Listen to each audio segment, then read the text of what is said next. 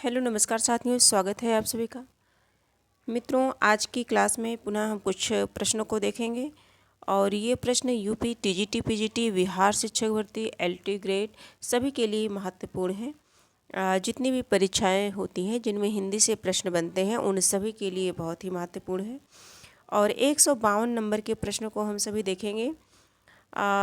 सामान्य हिंदी यानी कि हिंदी व्याकरण से संबंधित प्रश्नों को हम सभी देख रहे हैं यूथ पब्लिकेशन से। 152 नंबर का प्रश्न है, कहत नटत रीझत खिजत मिलत खिलत लजियात भरे भवन में करत हैं नैनन ही सौबात। उपयुक्त दोहे में प्रयुक्त मुख्य क्रियापदों की संख्या है। उपयुक्त दोहे में प्रयुक्त मुख्य क्रियापदों की संख्या है। कहने का मतलब इसमें क्रियापद कितने हैं? 1, 2, 7, 8।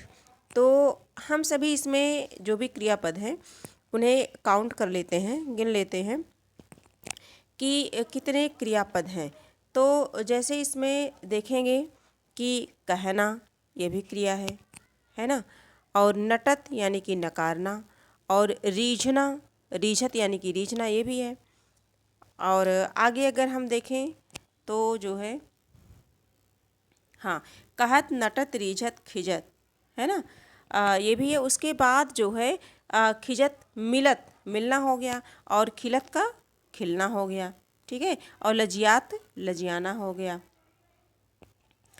और देख लेते हैं 1, 2, 3, 4, 5, 6, 7। तो टोटल कितने हैं? 7 क्रियाएं हैं। कितने क्रियापद हैं? क्रियापदों की संख्या 7 है। 7 हमारे सी वाले ऑप्शन में है, तो करेक्ट आंसर सी हो जाएगा। अगला देखेंगे 53 नंबर के प्रश्नों को देखेंगे। प्रश्न संख्या 53, लड़की जाए यह वाक्य किस काल में है? लड़की जाए, यूपी पीजीटी 2016 का बना प्रश्न है। लड़की जाए यह वाक्य किस काल में है? पूर्ण भूतकाल, वर्तमान काल, संभाव्य भविष्यत काल, सामान्य भूतकाल, ठीक है। 153 नंबर का प्रश्न है। तो जैसे लड़की जाए, ये कौन सा है? संभाव्य भविष्यत काल। क्या है? संभाव्य भविष्यत काल। करेक्ट आंसर हमारा क्या बनेगा? सी बनेगा। जैसे रमेश कल आगरे जाए, तो ये भी क्या है? संभाव्य भविष्यत काल है। वह आया था, ये भूतकाल है, और भूतकाल में भी पूर्ण भूतकाल है। पूर्ण भूत का उदाहरण है वह आया था। और वह देखता है, यानी कि क्रिया हो रही है, क्या है? वर्तमान काल का है, ठीक है। और सामान्य भूतकाल की बात करें तो सीता गई, सीता गई, ये किस काल का है? सामान्य भूतकाल का है। तो प्रश्न के अकॉर्डिंग हमारा सही आंसर हो जाएगा सी। 154 नंबर के प्रश्न को देखेंगे। मोहन ने पढ़ा है यह वाक्य संदिग्ध भूतकाल में होता है। मोहन ने पढ़ा है यह वाक्य संदिग्ध भूतकाल में होता है। ऑप्शन ए है मोहन ने पढ़ा, मोहन ने पढ़ा होगा। सी है मोहन ने पढ़ रहा था। डी है मोहन ने पढ़ा था। ये भी प्रश्न यूपी पीजीटी 2016 में आया था। मोहन ने पढ़ा, संदिग्ध भूतकाल में वाक्य बनेगा। इसका आंसर हमें देना है। तो इसका हो जाएगा मोहन ने पढ़ा होगा, है ना, क्योंकि कंफर्म नहीं है, फिक्स नहीं है, पूरी तरह से हम नहीं कहते हैं, पढ़ा होगा, ठीक है। तो ये क्या है? संदिग्ध भूतकाल का उदाहरण क्या है? मोहन ने पढ़ा होगा। करेक्ट आंसर हमारा क्या बनेगा? बी बनेगा, ठीक। अगला देखेंगे हम सभी जो 55 नंबर का प्रश्न है। जहाँ न पहुँचे कवि वहाँ पहुँचे रवि। जहाँ न पहुँचे रवि वहाँ पहुँचे कवि में कौन सा उपवाक्य है? इसमें उपवाक्य बताना है। क्रिया विशेषण उपवाक्य, क्रिया विशेषण उपवाक्य, सर्वनाम उपवाक्य, संज्ञा उपवाक्य। NVS PGT 2019। जहाँ न पहुँचे रवि वहाँ पहुँचे कवि, इसमें उपवाक्य बताना है। तो क्रिया विशेषण उपवाक्य होगा। क्या होगा? क्रिया विशेषण उपवाक्य होगा। आगे हम सभी देखेंगे हमारा जो अगला प्रश्न है 56 नंबर का प्रश्न है। निम्नांकित वाक्यों में क्रिया विशेषण युक्त वाक्य कौन सा है? क्रिया विशेषण युक्त वाक्य इसमें भी बताना है। मैं कल नहीं जाऊंगा, ये फूल सुंदर हैं। सी लड़का रोते रोते घर पहुंचा। डी आज शाम को मत आना। 156 नंबर का प्रश्न है। तो लड़का रोते रोते घर पहुंचा, क्रिया विशेषण है।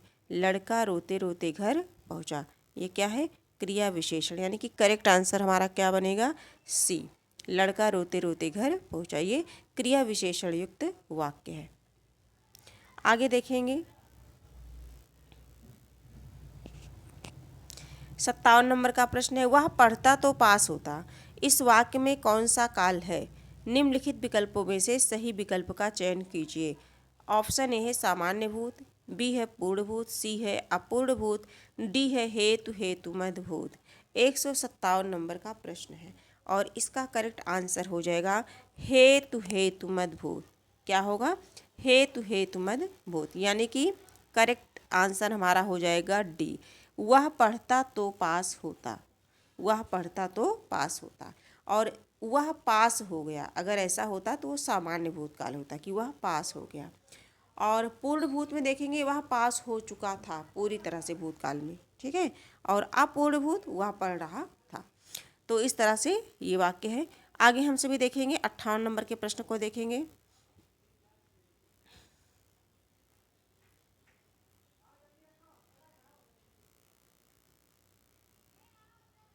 निम्नलिखित में से किसे अविकारी शब्द माना जाता है? ऑप्शन ए है संज्ञा, बी है सर्वनाम, सी है अव्यय, डी है क्रिया।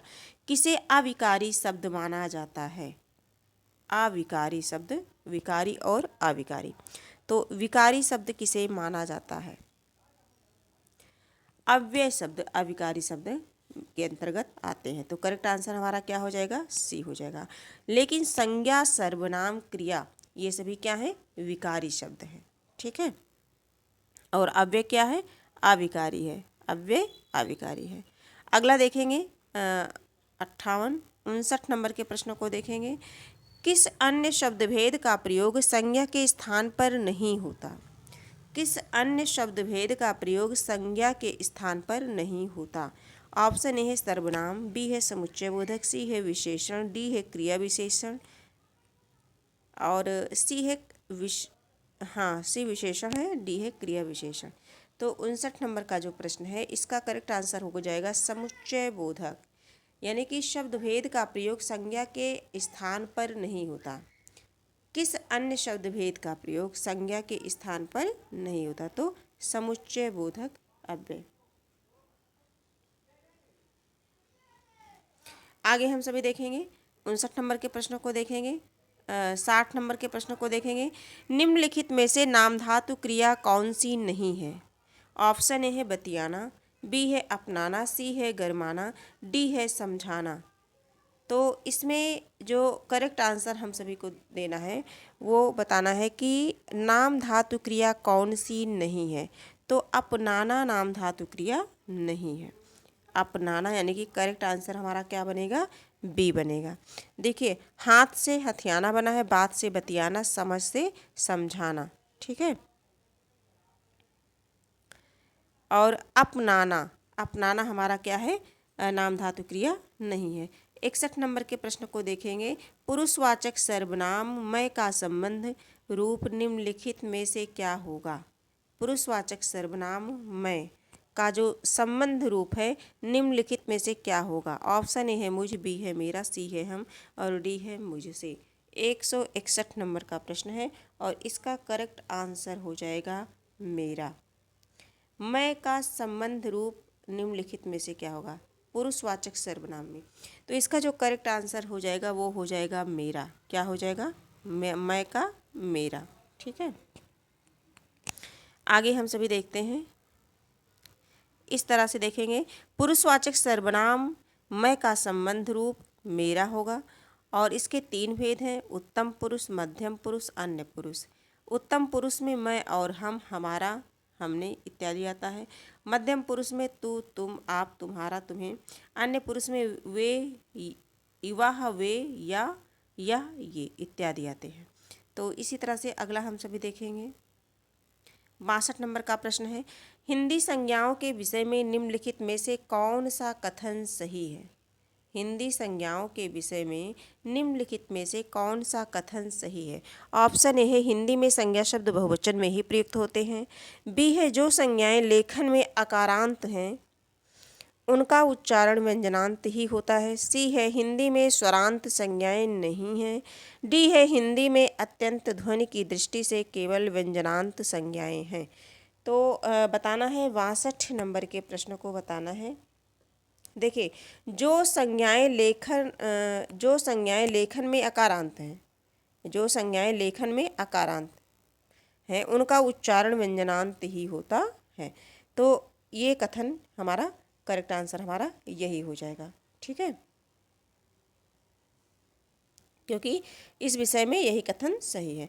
आगे हम सभी देखेंगे 63 नंबर के प्रश्न को। निम्नलिखित में से कौन सा क्रिया विशेषण का भेद नहीं है? रीतिवाचक, स्थानवाचक, कालवाचक, गुणवाचक। क्रिया विशेषण का भेद नहीं है। 63 नंबर के प्रश्न को देखेंगे तो गुणवाचक क्रिया विशेषण का भेद नहीं है। करेक्ट आंसर हमारा क्या हो जाएगा? डी, गुणवाचक क्रिया विशेषण का भेद नहीं है और बाकी सभी क्रिया विशेषण के भेद हैं। 64 नंबर के प्रश्न को देखेंगे। निम्न में कौन सा शब्द संज्ञा है? निम्न में कौन सा शब्द संज्ञा है? सीधा, हिमालय, सच और झूठ। 164 नंबर का प्रश्न है। तो हिमालय क्या है? हिमालय हो जाएगा। हमारा करेक्ट आंसर बी हो जाएगा। 65 नंबर के प्रश्न को देखेंगे। निम्नलिखित में से कौन सी प्रेरणार्थक क्रिया है? उठना, पढ़ना, सुनना, गिरना। 165 कौन सी प्रेरणार्थक क्रिया है? सुनना। सुनना कैसी? सुनाना, सॉरी, हाँ, क्योंकि सुनना नहीं सुनाना हो जाएगा। प्रेरणार्थक क्रिया क्या हो जाएगी? सुनाना हो जाएगा। देखिए, उठना से जो है उठाना बना है। उठना, उठाना, उठवाना। थोड़ा सा हम सभी देख लेते हैं, ये क्रियाएं हैं। हाँ, इन्हें एक बार समझ लेते हैं। जैसे मूल क्रिया क्या है? उठना, द्वितीय उठाना, और तीसरी क्या है? प्रेरणार्थक उठवाना। और चलना, चलाना, चलवाना प्रेरणार्थक हो गई। लिखना, लिखाना, लिखवाना। जगना, जगाना और जगवाना। तो इस तरह से ये हो गई। आगे देखेंगे 66 नंबर के प्रश्न को देखेंगे। जिस संज्ञा शब्द से व्यक्ति या वस्तु के गुण या धर्म का बोध होता है उसे क्या कहते हैं? चारों ऑप्शन हमारे सामने हैं और 166 नंबर का प्रश्न है। इसका आंसर हम सभी को देना है। इसका आंसर क्या होगा? तो ये क्या है? जिस संज्ञा शब्द से व्यक्ति वस्तु के गुण या धर्म का बोध होता है, गुण या धर्म का बोध होता है, उसे क्या कहते हैं? तो उसे भाववाचक संज्ञा कहते हैं। गुण या धर्म का बोध होता है उसे क्या कहते हैं? भाववाचक संज्ञा कहते हैं। तो करेक्ट आंसर हमारा क्या बनेगा? बी बनेगा। आगे हम सभी देखेंगे 166 नंबर के 67 नंबर के प्रश्नों को देखेंगे। जो शब्द पूर्वापर संबंध से किसी संज्ञा के बदले आता है उसे क्या कहते हैं?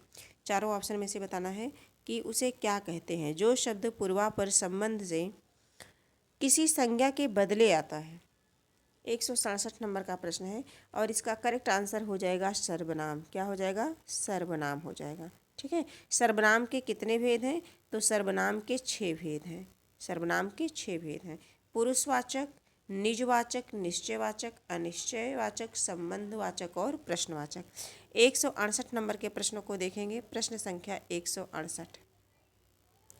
राम धीरे धीरे टहलता है वाक्य में क्रिया विशेषण है। राम धीरे धीरे टहलता है, तो इसमें धीरे धीरे क्रिया विशेषण है। करेक्ट आंसर सी हो जाएगा। 69 नंबर के प्रश्न को देखेंगे। जिस शब्द से संज्ञा का गुण, दशा, स्वभाव आदि लक्षित हो उसे क्या कहते हैं? 169 नंबर का प्रश्न है, तो इसे गुणवाचक विशेषण कहते हैं। करेक्ट आंसर हमारा क्या हो जाएगा? सी हो जाएगा। 70 नंबर के प्रश्न को देखते हैं। निम्न में कौन सा शब्द संज्ञा है? निम्न में कौन सा शब्द संज्ञा है? उचित, नदी, वर्तमान, अनुचित। चारों ऑप्शन में से बताना है कि हमारा संज्ञा शब्द क्या है। तो नदी संज्ञा है। नदी क्या है? संज्ञा शब्द है। करेक्ट आंसर क्या हो जाएगा? बी हो जाएगा। अगला देखेंगे 71 नंबर के प्रश्न को देखेंगे। कक्षा, सभा, सेना तथा दल आदि शब्द कैसी संज्ञा के द्योतक हैं? 71 नंबर का प्रश्न है। कक्षा, सभा, सेना, कक्षा, सभा, सेना तथा दल आदि कैसी संज्ञा के द्योतक हैं? इसका आंसर हमें बताना है। जातिवाचक वाचक है या व्यक्तिवाचक है, समूहवाचक या भाववाचक है? तो ये समूहवाचक है। क्या है? कक्षा बहुत से लोग रहते हैं, सभा में भी बहुत से, सेना भी बहुत लोगों से मिलकर बनती है, दल भी बहुत लोगों से मिलकर बनता है। तो ये समूहवाचक है। क्या है? समूहवाचक है। करेक्ट आंसर हमारा सी हो जाएगा। 72 नंबर के प्रश्न को देखते हैं। बुढ़ापा शब्द में कौन सी संज्ञा है? इंपॉर्टेंट क्वेश्चन है। बुढ़ापा शब्द में कौन सी संज्ञा है? तो बुढ़ापा में भाववाचक है, सभी परिचित है, चर्चित प्रश्न है ये। प्रश्न ऑप्शन ए सही होगा। 73 नंबर के प्रश्न को देखते हैं। कुछ, किसी, कोई आदि नहीं आदि शब्द किस प्रकार के सर्वनाम है? कुछ, किसी, कोई, नहीं, है ना। 4 दिए गए हैं, संशयवाचक, अनिश्चयवाचक, निश्चयवाचक और संबंधवाचक। 173 नंबर का प्रश्न है और ये हो जाएगा अनिश्चयवाचक। क्या हो जाएगा? अनिश्चयवाचक। करेक्ट आंसर हमारा बी हो जाएगा।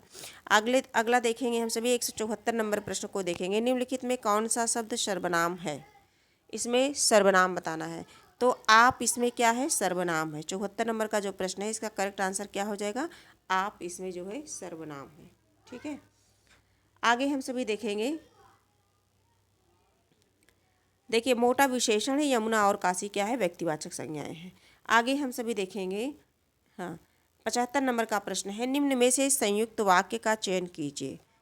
सरल वाक्य, संयुक्त वाक्य और मिश्र वाक्य। ठीक है, तो हमें क्या देखना है? संयुक्त वाक्य देखना है। जो मनुष्य विद्वान होता है उसका सभी सम्मान करते हैं, जो परिश्रम करता है वही आगे बढ़ता है। सी है, मैं कश्मीर गया था और वहाँ से फल ले आया। डी है, सेठ जानता है कि नौकर ईमानदार है। अब इसमें हमें संयुक्त वाक्य को देखना है कि क्या है। संयुक्त वाक्य यानी कि जो और से जुड़ा हो, और इसमें कौन सा ऑप्शन है? सी वाला है। मैं कश्मीर गया था और वहाँ से फल ले आया। ठीक है, 2 सेंटेंस होते हैं और विश से जुड़े होते हैं। तो इसी तरह से हम देखेंगे इसमें जो है संयोजक वाक्य और लगा हुआ है, तो इसका हमारा करेक्ट आंसर क्या बन जाएगा? सी बन जाएगा। आज की क्लास में 75 तक हम सभी करते हैं। इसके बाद फिर मिलेंगे जो भी प्रश्न बचे हुए हैं। इसके जो संज्ञा से लेकर के अव्यय तक प्रश्नों को हम सभी देख रहे हैं। 175 तक आज हम सभी किए हैं। इसके बाद फिर हम सभी करेंगे जो भी प्रश्न हैं। तो आज की क्लास यहीं कंप्लीट करते हैं, फिर मिलेंगे, तब तक के लिए धन्यवाद।